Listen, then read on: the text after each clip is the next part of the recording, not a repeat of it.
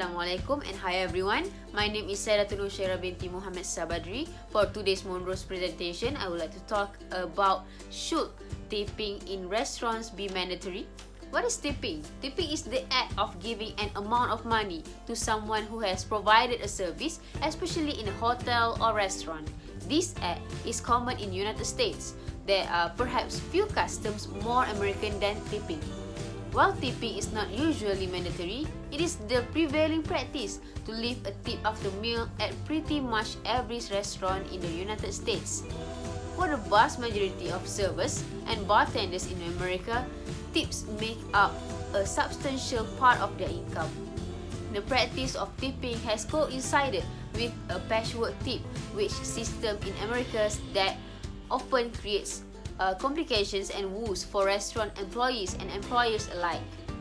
Some restaurants are even pioneering no tipping policies.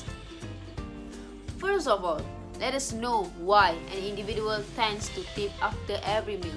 To make it simple, a tipper can be categorized under either of the four sets of people that exist in today's world. Under the first category are the people who tip after service as an appreciation of their service and to be a part of supplementing their income. The people belonging to the second category are the ones who tip to show off their wealth or their status. The people belonging to the third category of tippers are the ones who tip to receive a service in the time to come. The last category of tippers provides a tip only to maintain their reputation. They are the people who tip just so that the server will not think bad of them. In all of the above-mentioned examples, one thing we can draw our attention to is that tipping has not been mandatory in the first place but was done out of one's voluntary will and actions. As we know that tipping has been a prevailing practice until today, let us now move our focus to our main topic, whether tipping should be made mandatory at restaurants. It indeed should be made mandatory. To explain and understand the circumstance better, let us see how the restaurant business works for waiters and waitresses. Most of the restaurants do not abide by the minimum wage that is covered under the Labor ACT, and on average, we can say that the waiters and waitresses make not more than $2, not including the tips.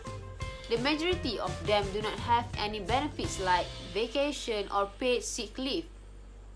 There are even some places where they are asked to do chores more than serving food, like doing the dishes, sweeping the floor, cutting fruits and vegetables, like so on. Adding to this, most of the corporate restaurants pay based on the tips they get for the day. This simply means that the server will not be paid if the table did not give a tip after the meal is served. And sadly, the majority of the public is unaware of this practice. As we have seen how the restaurant does their business, the most affected of them are the servers, who also have a family to take care of and a life to live just like any of us.